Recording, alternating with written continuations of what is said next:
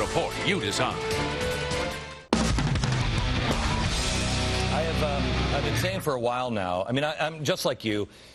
For a long time, I went, how did we possibly get here? And I didn't want to believe that we were headed down the path that we looks like we are.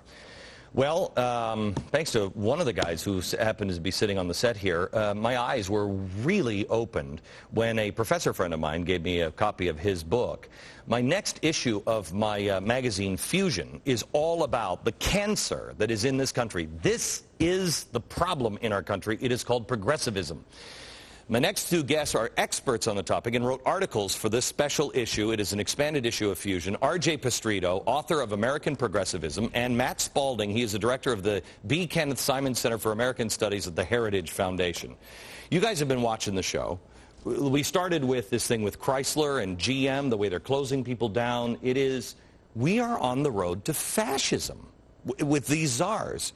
Is this... The czar thing is absolutely amazing. This is what they did in the 30s in Italy. But the thing with all these things are going on right now, cars taking over banks, health care, national service, you name it. What makes this all fit together? What's the pattern here? We see the pattern. It's progressivism. It was laid out in book form, in writings, in speeches in the 1910s, the 1920s.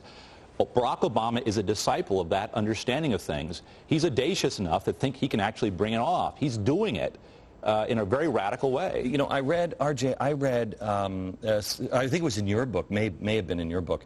I was reading about Woodrow Wilson, and he was fascinated by Philip Drew, Administrator, this novel, and it's a horrible novel and everything else. He read it a couple of times during his administration. He set up administrators. They're czars. He becomes a dictator, a benevolent dictator. He puts these people that don't answer to Congress or anything because Congress is too corrupt. The people go along with it, and I'm reading it now, and it is the blueprint for where we're headed now. Yeah, and Matt's correct, and in fact, this has actually been going on for even longer. I'd point, all the way back to the 1880s when folks like Woodrow Wilson were writing before they entered public life. Right. The progressives knew that their vision of government could not proceed on the basis of the original model of the separation of powers, as you were pointing out in the first segment of your show tonight. And so what they argued was that Congress, instead of passing specific laws, which they're supposed to do as your elected representatives, Congress should instead pass very vaguely worded laws, just like the TARP law is, and should set up a kind of network of bureaucratic agencies. And they thought that these agencies would have the expertise very much along the lines of the czar system that we have under the Obama administration. I thought they'd have the expertise to handle this vast increase in regulation of our economy and society. And we'll have to have you guys back because we're running so late. But Obama said something in his inauguration speech that I thought was so telling, and that was, we're going to remake. That's right. Not rebuild, remake America. And we've just begun, I might add. Right. What he means by that, we have to understand, is very large. The original understanding of America, permanent fundamental rights from which you get limited government. Those two things are rejected by the progressives. All things change. There's no permanent truth. You get the modern administrative state, and it goes crazy and takes off. He wants to completely remake all of politics and society. It's not just politics, not just the courts. It's everything, from a decentralized America to a heavily centralized national government. How much time do I have, Aaron? Do I have 15 seconds? 15 seconds.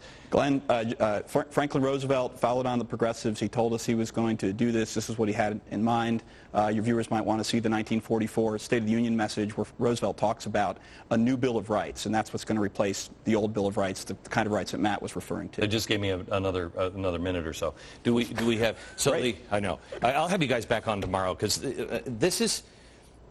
Do you believe that I'm wrong in saying that if you understand, Hillary Clinton said, I'm not a liberal, I'm an early 20th century American progressive. Right, they say this now. Yeah, early 20th century. Because they think it gets away from liberal, which was a bad word, and it's going back to progressive. This is worse. It's the boiling frog that's been going on so long. We got to go back and see what they said early on when they were very open about it, and it's very eye-opening.